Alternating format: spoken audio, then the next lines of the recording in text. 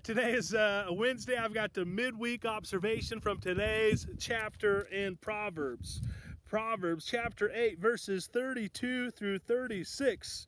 It's kind of a long one, but this is wisdom speaking, right? Wisdom has a voice, and this is wisdom speaking. Ultimately, true wisdom comes from God. So when I read this and wisdom is calling, right, God is calling. And so wisdom, God is calling. Now then, my children, listen to me.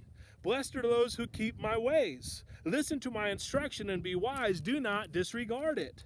Blessed are those who listen to me, watching daily at my doors, waiting at my doorway. I just breathe that, and I couldn't help but to think of like a dog waiting for you, like to get home, just sitting there, just like, all right, when the master's going to come home, when the master's going to come home. Or maybe you've got kids, and they're just waiting, like, all right, when's dad's going to come out, when's he going to get home, right? And so they're just excited. There's an eagerness, and it made me think, how often am I eager to meet with God, to receive his instruction and his wisdom, right? Blessed are the ones who listen to me, who wait and watch.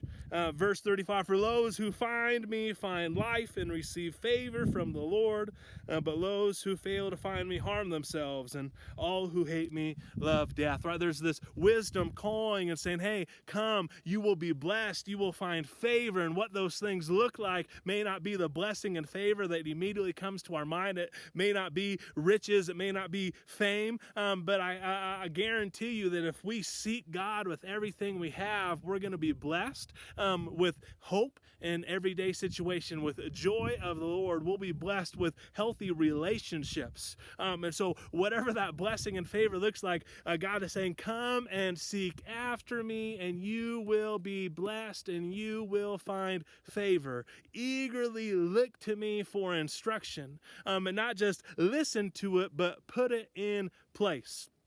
At the end of the Sermon on the Mountain, Jesus it wraps everything up with the story about these wise and foolish builders. And it says, whoever hears these words of mine and puts them into practice, right? Not just listening to instruction, but doing it. Not just having understanding, but having wisdom to go with it. Not just knowing how to do it, but actually doing it. All who hear these words and put it into practice, Jesus says, is like the wise builder who built upon the rock. And the storms came and the house stood. And he says, but everyone who hears these words of mine and does not do them is like the foolish builder who built his house on the sand.